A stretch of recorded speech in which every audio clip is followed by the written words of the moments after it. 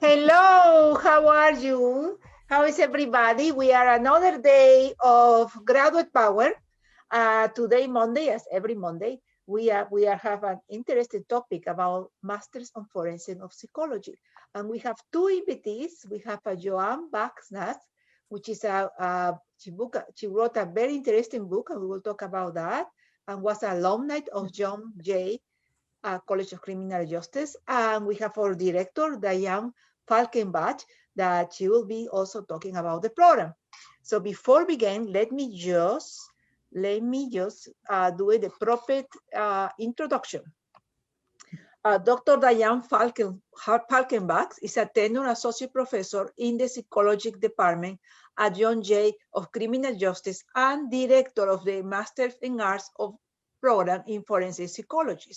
She holds a master's in counseling from Georgia State University and a bachelor's in psychology from Emory University. She has a lot of experience and is our director.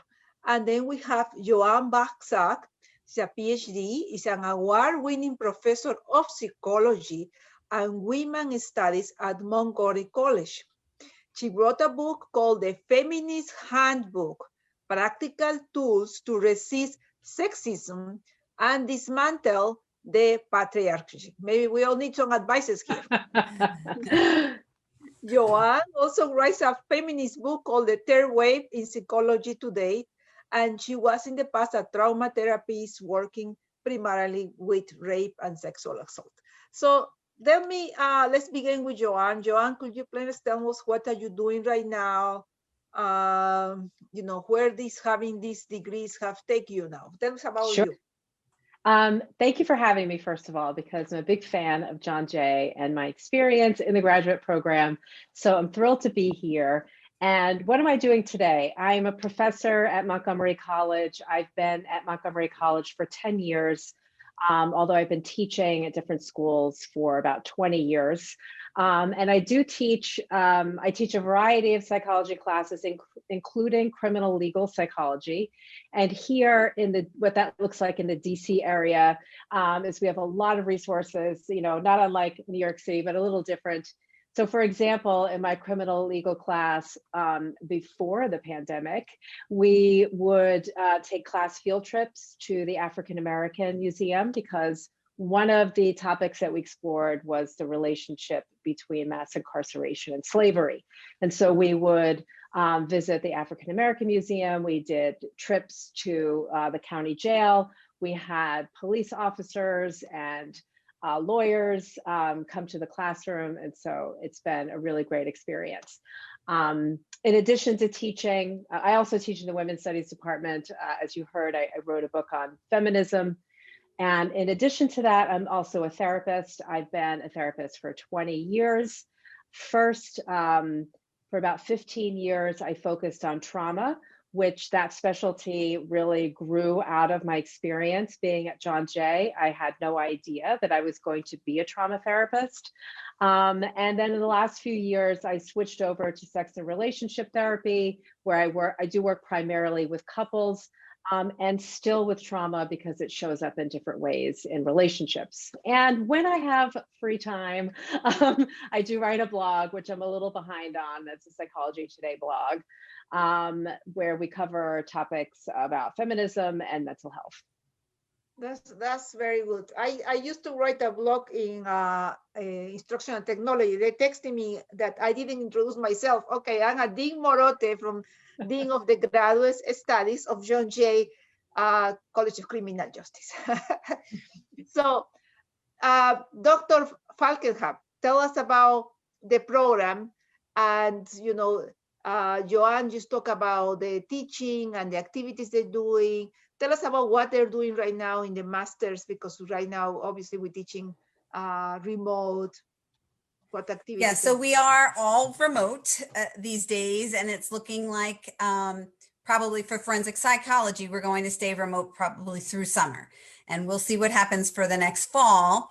But it hasn't really changed things dramatically in terms of what we are teaching and what we are working on. It's making externships a little trickier in terms of students going out there and working in the field, and it's making research a little trickier, but our curriculum remains the same. We're really focusing on understanding and evaluating and treating offenders and victims, and really trying to hit this sort of broad idea of forensic psychology or psych and law, which is really anything in psychology that applies to the law. So these days, we're hitting social justice issues, we're hitting policing issues, we're hitting racial issues. So, which is really exciting. But, you know, for a topic that a lot of people will think of as something very specialized, forensic psychology, it's actually fairly broad to us. And we really do try to hit all of those different areas. So what the Masters of Forensic Psychology offers to the student? What kind of careers they will, once you finish, what kind of careers you can get?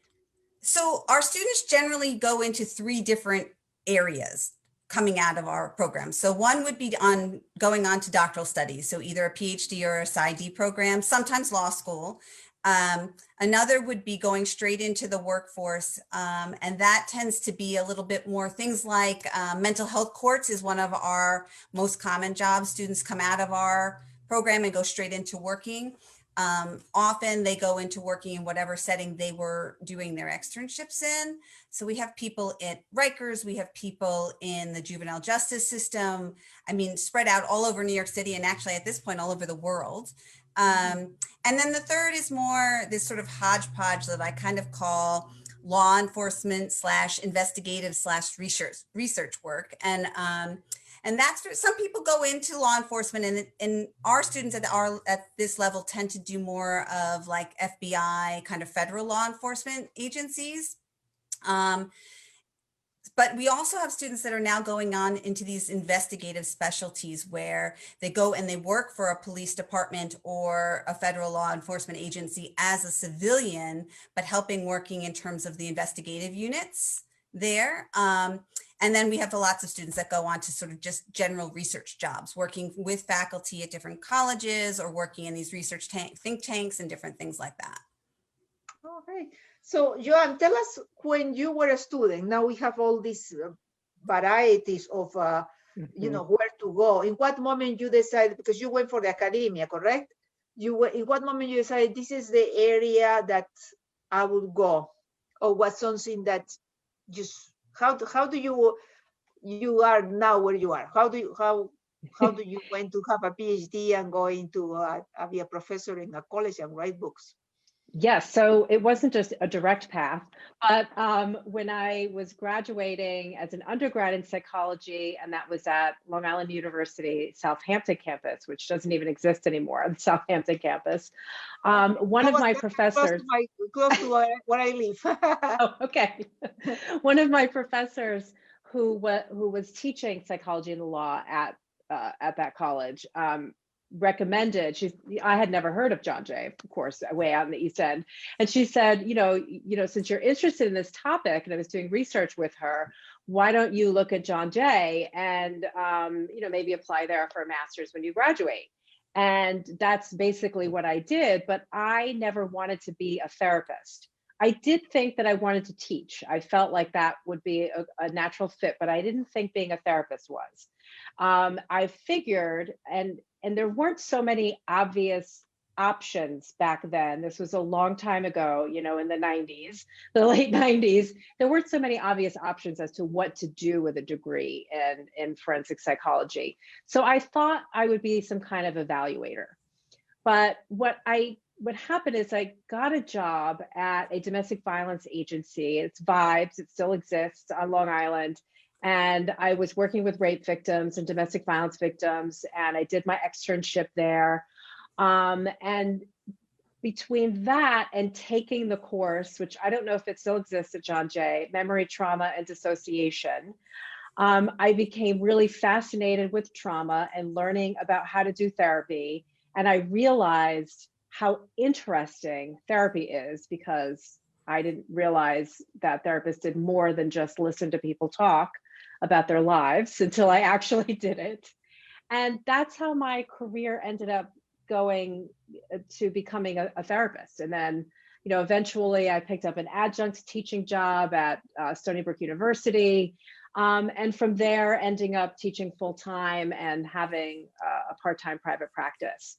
And, I want to say that my experience is not unusual. We don't all have our career mapped out in our mind when we start, and that's okay. And I want to convey that to students that, if you're just starting, you don't have to know exactly where you're going to end up.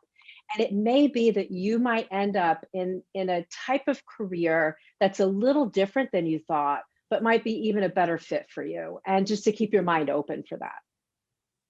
That's the idea, because we don't know where the life take you. There is one question. I agree with that 100%. And I don't know too many people, in this career that came to it on a straight line. I mean, everybody has these stories, right? And they ran into these experiences. And I think in a field like psychology, particularly, you have no idea what you really want to do until you're in the room with whoever it is you might be working with, or you're doing whatever that is. I think you learn once you are in the master, because even I myself learning of all these paths, and I was, we learn from what we hear, but once you are there and learning the theories and things like that. One student is asking about in what moment you decided to go for your PhD. Oh, to be able to teach full time. And that, that was a requirement to have a PhD. And so I do teach at a community college, which means community colleges are teaching schools, not research schools. I do think of myself primarily as a teacher.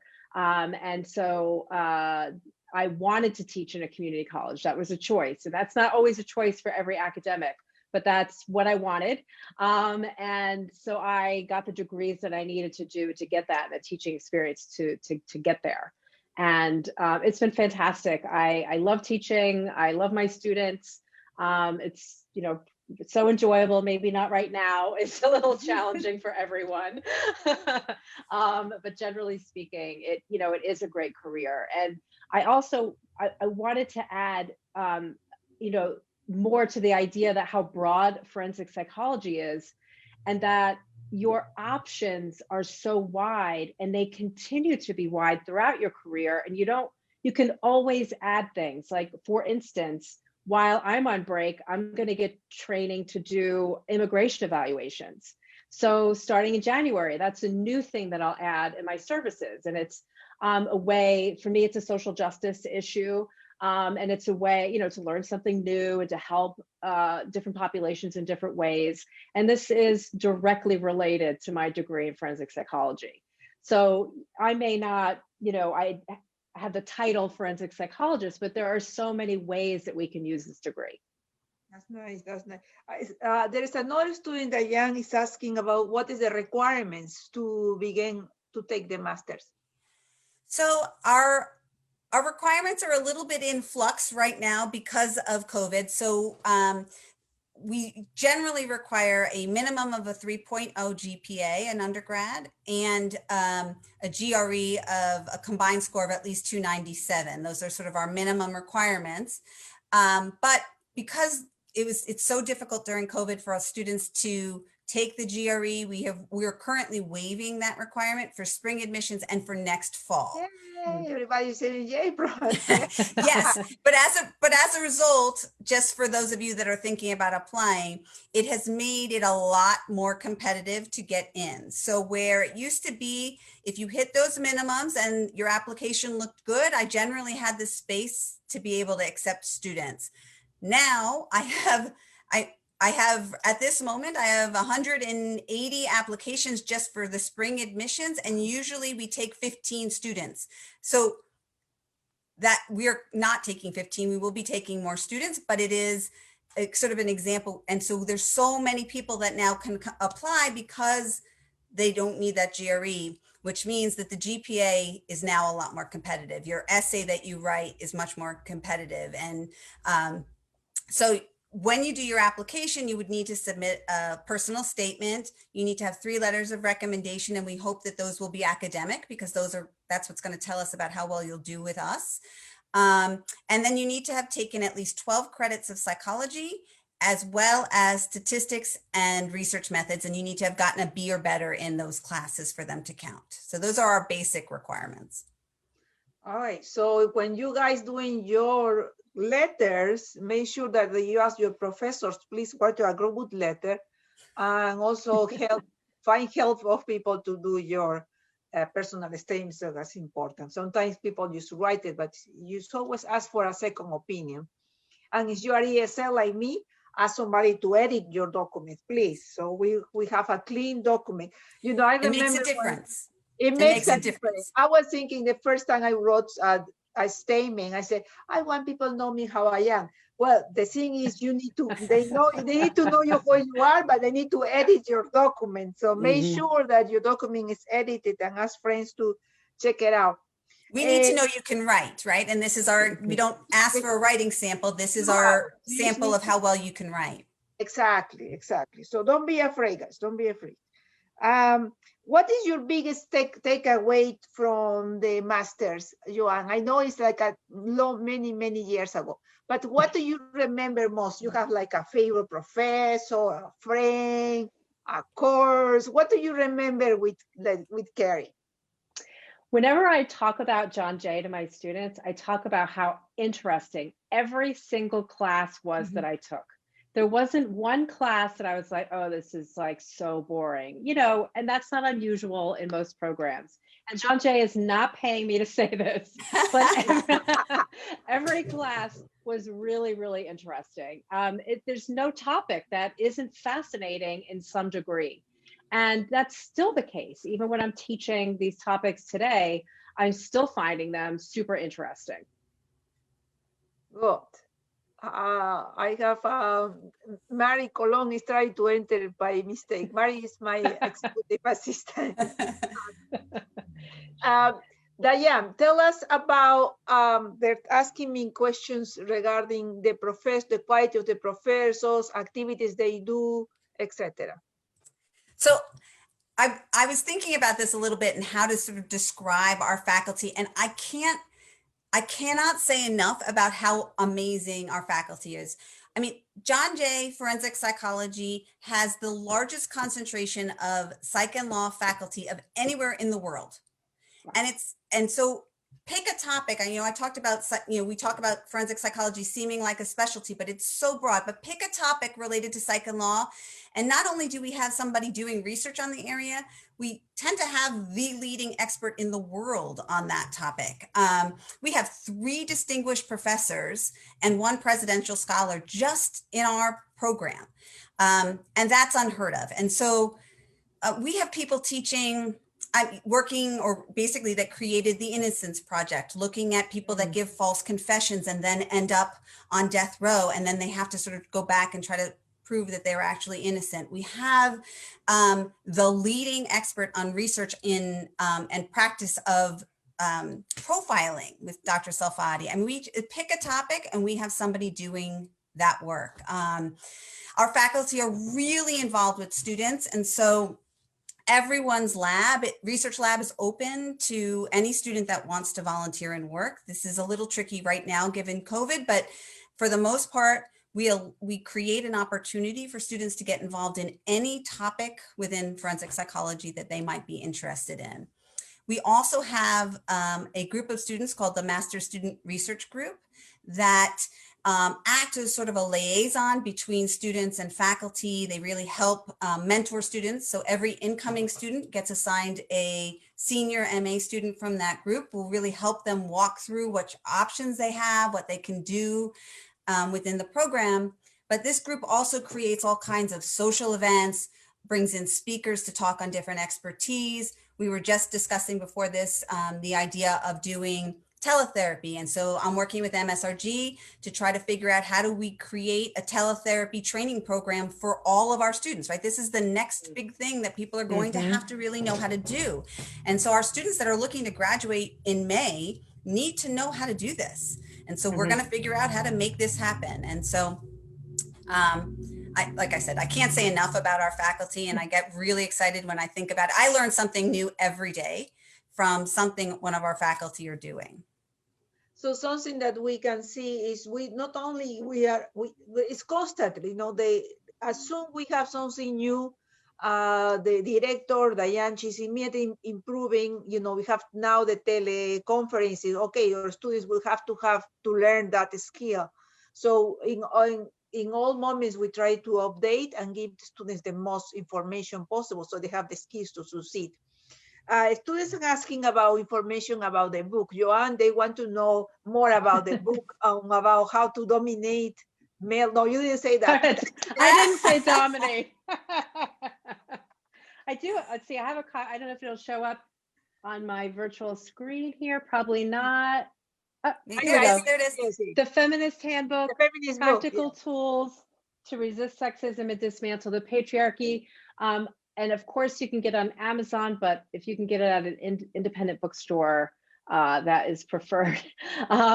And you know, I want to say to any of the students, please feel free if you have a question. I'm happy to help answer questions too. You know, just about being a therapist or whatever. You can contact me at Joanne at joannebagshaw.com. I'd give you my college email, but this is easier to say. But yeah, I would love to say I could give you a signed copy of the book, but right now I think that is. We have a book club. Maybe we will talk about that. We are opening a book club for next semester. Oh, that'd be great. So we can read and learn. Absolutely. You can give me some advice here. So the last question for you guys,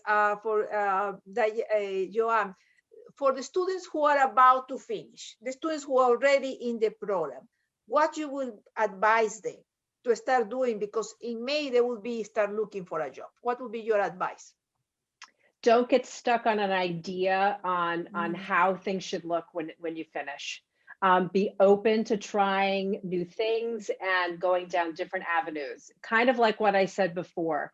You may have started the program with an idea in your mind where you were going to end up, and a lot of things have changed. You've changed. You've taken courses that have changed you, and now we're in the middle of a pandemic, which also is a mental health crisis, by the way. There are going to be jobs. It just may not be how you thought it was going to be, and that's okay. So how do you think the jobs will be? What do you think? Well, was that for me? Yeah, your prediction. What is your prediction? Well, just in terms of mental health, I think there's going to be mental health agencies that need help, that need support, running the business, running the practice. Every therapist that I know is overwhelmed and can't take on new clients. So even getting a job, you know, in a practice, even if you're just starting out, right? So you could be helping not only answer the phones and doing intakes, but also starting to see clients under supervision. I'm not entirely sure how it's going to look, to be honest. I don't think any of us really do. And that may be part of my point, is that that's okay. And I may be speaking to the type A students who are watching, who, you know, don't like changes, but you know, just kind of go. I want to say, kind of go with the flow a little bit. Like, if you're trying too hard to make things happen in the way that you thought it was supposed to happen and it's not working, shift gears and go in the direction where it is working. So guys, you need to go just with the flow, you know, do your resume, prepare your interviews, be ready to be interviewed via Zoom, you know, learn how to, you know, be in Zoom. And not just, I would add to that, this group of students that are going to graduate, right? So the students that started or that were finishing their last year, maybe starting this fall, right? They're going to write how this is going to look, right? Be creative, think creatively. We really are at this place where our entire field could change. How it looks, how it's practiced, what we do can completely change. And I think it's up to our students that are graduating, that are living through this right now, to really dictate how this can go. I mean, you guys really are going to be the leaders of our field in the next, you know, however many years. And so use all that energy and excitement and maybe even a little anxiety that you have about what's going to happen, and think creatively about how this could look and what you want it to be like. Yeah, you know what? People are afraid of anxiety. Anxiety is also good because that helps you, that give you that energy. I talking to two therapists, so don't in years or whatever I said, don't please don't. But that's my belief. You know, it's also give you that energy to do something. You know, not it doesn't freeze you. Diane, the last question for our students: what would be the message for our prospective students? You know, what they should be doing, because I know you mentioned it's very competitive, but okay, they want to go ahead and be part of the program. Okay, so I mean, I think in terms of trying to get in, you guys are doing what you're doing, and do your best and get your grades up and think about your applications. And, you know, it may not happen on this round, but it will happen. But what I would say to students that are really about to embark on this journey is really treat every day as if it were an interview for the rest of your life. Every class that you take, every email you send to faculty, every interaction you have, every experience you choose in the master's program, those are going to be what dictates what happens, right? I agree, be open to these experiences, take all of it in. But think about the fact that when you start a program, assuming it's going to be about 2 years, you have about 1.5 years to go from what your resume or CV looks like when you apply to applying to jobs or doctoral programs or whatever it is. So 1.5 years is going to go so fast. Hit the ground running and take advantage of every experience that you can, because that's going to determine your future in so many ways. The classes that you take, the experiences that you do, the labs that you join, right? The time that you put in. But it's not just even those choices. It's also your interactions with faculty, right?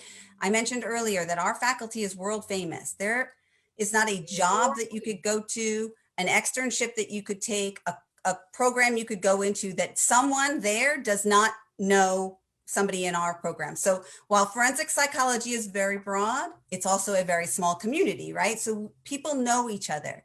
So your faculty are going to be the people that are going to write those letters of recommendations for those jobs, and you want them to write the most amazing letter like you were the best student they ever had. They are going to be the ones that open the doors and are networking for you in getting into doctoral programs or jobs or whatever it is you want to move forward into. So leave me and our program, as well as our faculty, with the impression that you were the best student that we ever had. That's my my 2-minute pep talk. Go to the student clubs, because that's where you meet other students and the faculty as well, and you will be fine. And don't be afraid you are a ESL, because I know there's other students who are ESL. Okay, so thank you very much. Thank you for being here. Thank you, Joanne, and thank you, Dr. Falkenbach. And I will be seeing you next time. Thank you so much. Thank you.